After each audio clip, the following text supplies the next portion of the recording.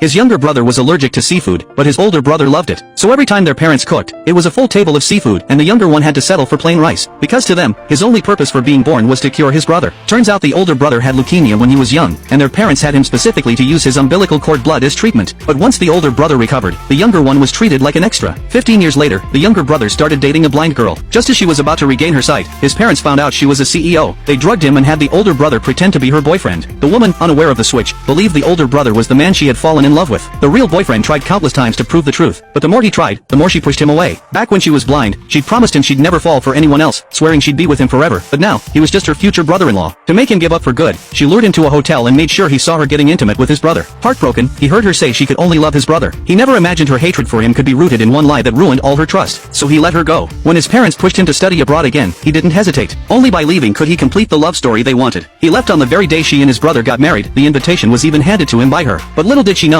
the truth would come crashing down one day, and regret would follow her forever. He coldly wished her a happy marriage. As they were about to leave, a chandelier suddenly fell. Without thinking, he rushed forward to protect her, but she grabbed his brother and jumped away, leaving him directly under the crashing glass. She ignored his injuries and ran to his brother, who pretended to faint. His brother even flashed him a smug grin. When he woke up, no one was there for him. Everyone, including the woman he loved, was doting on his brother. He quietly looked away. In just a few days, it would all be over. The next day, his brother pulled him into the water on purpose, trying to make the woman hate him even more. Blood quickly dyed the pool red from his wound, but she still dove in to save the brother. All he could do was watch. His brother begged her to save him, but she coldly refused, saying he needed to be taught a lesson. They just stood there and watched him sink. By the time they pulled him out, he was barely conscious, but their parents accused him of pushing his brother into the water and unleashed a wave of insults. No one cared about what he had been through. To take revenge for his brother, the woman even locked him, a claustrophobic, inside a morgue overnight. That was when he completely gave up. Back home, he ripped up all the letters he had written to her and threw everything related to her into the trash. His brother was thrilled by how much they now hated each other, so he invited him to his birthday party. That day, their parents spared no expense for the celebration, though they'd never even acknowledged his birthday before. The woman gifted the brother half of her company's shares and sealed it with a passionate kiss. The boy couldn't hold back his tears. When he handed over his own gift, a wristwatch, his brother panicked. It was the same one the woman had touched countless times while she was blind. Terrified of being exposed, his brother accused him of stealing it. Just as he was about to explain, their parents cut him off and beat him without hesitation. After recovering, he secretly changed his flight, visited a notary, and filed a document severing all legal ties with his parents. He also saved all the little secrets between him and the woman, things only she would know, onto a flash drive. That flash drive held the truth. Even though he tried again and again to give it to her, she always drove him away. On the day he finally decided to leave for good, he handed her a box, the very thing that could stop the wedding. Then, he got into a car and threw away his only way of being contacted.